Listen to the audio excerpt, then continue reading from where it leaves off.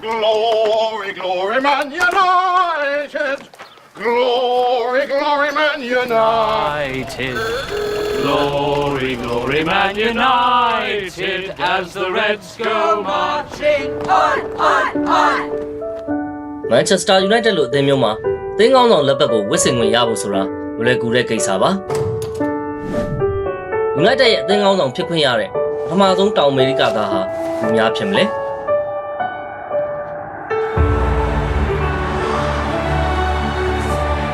သူဟာတိုက်စစ်ကစားသမားတစ်ယောက်လိုမြန်ဆန်သလိုနောက်ခံလူတစ်ယောက်လိုလည်းတန်မာတဲ့အပြင်တစ်ဖက်နောက်ခံလူတွေကိုတိုးတိုက်ဖြတ်ကျော်နိုင်စွမ်းရှိတာကြောင့်သင်ဖော်ရီနဲ့ပရိသတ်တွေကတင်ကားကြီးလို့တင်စားခေါ်ဝေခြင်းခံရတဲ့အန်တိုနီယိုဗယ်လန်စီယာပဲဖြစ်ပါတယ်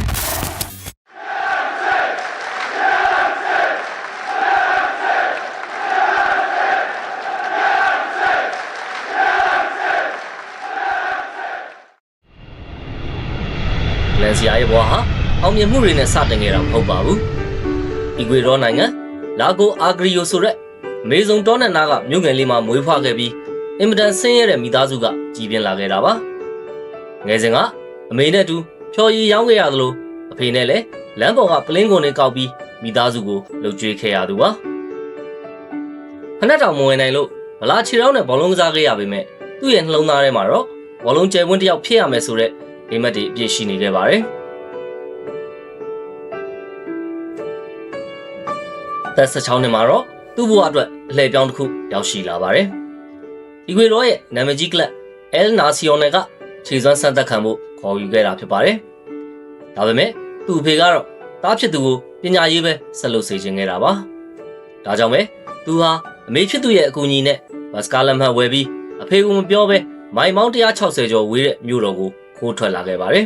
။တစ်လကိုဒေါ်လာ50ပဲရတဲ့လစာနဲ့သူ့ရဲ့ professional ကစားသမားဘဝကိုစတင်ခဲ့ပါတယ်။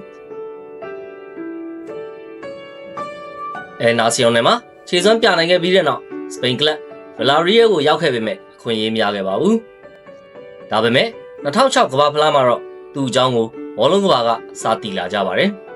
။အဲ့ဒီနှစ်ကမ္ဘာဖလားမှာခြေစွမ်းပြနိုင်ခဲ့လို့စီရိုနယ်ဒိုဝိန်းရူနီတို့နဲ့အတူအကောင်းဆုံးလူငယ်ကစားသမားစုအတွက်စကားတင်ဆင်းမှာပါဝင်ခဲ့ပါတယ်။အဲ့ဒီကနေတစ်ဆင့်ဝီဂန်သင်းကိုရောက်ရှိလာပြီးပရီးမီးယားလိရဲ့အမြန်ဆုံးတောင်ပန်ကစားသမားတစ်ယောက်ဖြစ်လာခဲ့ပါတယ်။2009ခုနှစ်မှာတော့ဂန်ဝဲနီးပြကြီးဆာအဲလက်စ်ဖာဂူဇန်ရဲ့မျက်စိကျခြင်းကိုခံခဲ့ရပြီးစီရိုနယ်ဒိုရဲ့နေရာမှာအစားထိုးဖို့အိုထရာဖို့စီကိုရောက်ရှိလာခဲ့ပါတယ်။ဗလန်စီယာဟာမန်ယူသင်းကိုရောက်ခါစားမှာမိုက်ကယ်အိုဝင်စီကကျောနံပါတ်9ကိုဆက်ခံဝစ်ဆင်ခဲ့ပေမဲ့ဖီအားတွေကြောင့်နောက်ပိုင်းမှာသူ့အတွက်ကံကောင်းစေတဲ့ကျောနံပါတ်25ကိုပဲပြန်ပြောင်းဝစ်ဆင်ခဲ့ပါတယ်။သူဟာညာချီတစ်ဖက်တည်းကိုပဲအာပြုကစားတတ်သူဖြစ်ပေမဲ့သူ့ရဲ့ဖြတ်တင်ဘောတွေကဝိန်းရူနီလိုတိုက်စစ်မှုမျိုးတွေအတွက်တော့ငိုးရဖို့အာမခံချက်ဖြစ်ခဲ့ပါတယ်။ဖာဂူဇန်လက်ထက်မှာကွင်းလယ်တောင်ပန်ကစားသမားဖြစ်ခဲ့ပေမဲ့ဗန်ဂါလက်ထက်ကစပြီးညာနောက်ခံလူဖြစ်ပြောင်းလဲကစားခဲ့ရပါတယ်။အဲဒီနောက်မော်ရီဟိုလက်ထက်မှာတော့ပရီးမီးယားလိရဲ့အကောင်းဆုံးညာနောက်ခံလူဖြစ်သတ်မှတ်ခံခဲ့ရပြီးအသင်းကောင်းဆောင်လက်ဘက်ကိုပါဝစ်ဆင်ခွင့်ရခဲ့ပါတယ်။ဒါပေမဲ့ဗလန်စီယာရဲ့ United ကစားသမားဘဝဟာအမြဲတမ်းပန်ခင်လန်တော့မဟုတ်ခဲ့ပါဘူး။2000ခုနှစ်ရိတ်ဂျာနဲ့ကစားခဲ့တဲ့ချန်ပီယံလိပွဲစဉ်မှာဗလန်စီယာဟာကြောက်စရာကောင်းတဲ့ခြေချင်းဝစ်အယိုးကျိုးဒဏ်ရာကိုရရှိခဲ့ပါတယ်။အဲဒီဒဏ်ရာဟာဘလောက်တောင်ပြင်းထန်တယ်လဲဆိုရင်ရုပ်သံလိုင်းတွေက replay တောင်ပြန်မပြရဲခဲ့ကြပါဘူး။ဒီဖြစ်ရကြောင်းသူ့ရဲ့ကစားသမားဘဝဟာဒီနေရာမှာရင်ဆုံးသက်သွားပြီလားလို့လူတိုင်းကဆိုရင်ခဲ့ကြပါတယ်။ဒါပေမဲ့ဗလန်စီယာကတော့အားလုံးကိုအံ့အားသင့်စေခဲ့ပါတယ်။9လလောက်နားရမယ်လို့ခန့်မှန်းထားတဲ့ဒဏ်ရာကနေ9လအတွင်းမှာပဲကွင်းထဲကိုပြန်ရောက်လာခဲ့ပြီးအဲ့ဒီရာသီမှာပဲ United နဲ့အတူ Premier League ဖလားကိုဂိုင်းမြှောက်နိုင်ခဲ့ပါတယ်။စိတ်ဝင်စားဖို့ကောင်းတာတစ်ခုကသူဟာ United ကိုမပြောင်းခင်2009ခုနှစ်မှာ Real Madrid လိုကမ္ဘာအကောင်းဆုံးကလပ်ရဲ့ကမ်းလှမ်းမှုကိုရခဲ့မှုတာပါပဲ။ဒါပေမဲ့ဝီဂန်မှာသူ့ကိုမိသားစုလိုစောင့်ရှောက်ခဲ့ကြသူတွေကိုသစ္စာရှိတဲ့အနေနဲ့ရောသူ့မိသားစုအတွက်အင်္ဂလန်မြေကအိုစင်ပြေတာကြောင့်မှအဲ့ဒီကမ်းလှမ်းမှုကိုညှင်းပယ်ခဲ့ပါတယ်။2012ခုနှစ်မှာတော့ United ရဲ့တစ်နှစ်တာအကောင်းဆုံးကစားသမားဆုကိုရရှိခဲ့ပါတယ်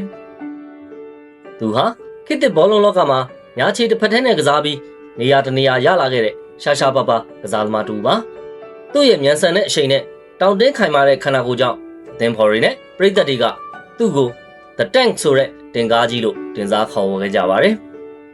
10နှစ်ကြာအောင် Old Trafford မှာသစ္စာရှိရှိကစားပေးခဲ့ပြီးတဲ့နောက်2019မှာတော့သူချစ်ရတဲ့ United အသင်းကိုနှုတ်ဆက်ခဲ့ပါတယ်။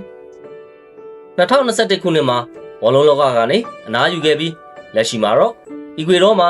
AV25 လို့နာမည်ပေးထားတဲ့ကိုယ်ပိုင်ဘောလုံးကလပ်တစ်ခုတည်ထောင်ထားပြီးသူ့လိုပဲစင်းရဲနွမ်းပါတဲ့လူငယ်လေးတွေကိုဘောလုံးသမားဖြစ်လာအောင်ရေတောင်ဖြောင်းပေးနေပါတယ်။ပလင်းကိုကောက်တဲ့ဘွားကနေအောင်မြင်ကြော်ကြားတဲ့ကစားသမားတူဖြစ်လာတဲ့အထိအားထုတ်ခဲ့တဲ့အန်တိုနီယိုဗလန်စီယာရဲ့ဇလန်ဟာစိတ်ကူးအိမ်မက်တွေကိုလက်တွေ့အကောင့်ထဲပေါ်ခြင်းသူတိုင်းအတွက်အားကျစရာပုံမြင်တစ်ပုဒ်ဖြစ်ကျန်ရည်နေမှာသိကြပါတယ်။ဗလန်စီယာနဲ့ပတ်သက်ပြီးမိတ်ဆွေတို့ရောဘယ်လိုမျိုးအမှတ်ရနေသလဲ။ဂန်ဝင်အစ်စ်မဟုတ်ရင်တော့ United ရဲ့အောင်မြင်မှုသမိုင်းမှတ်တမ်းတွေထဲမှာမေ့ထားလို့မရတဲ့သူဆိုတာကိုရောလက်ခံရလား။ comment မှာပြောခဲ့ပေးပါဦး။ channel ကို subscribe လုပ်ပြီး like and share လုပ်ဖို့လည်းမမေ့ပါနဲ့။နောက်ဗီဒီယိုတွေမှာပြန်တွေ့ကြမယ်နော်။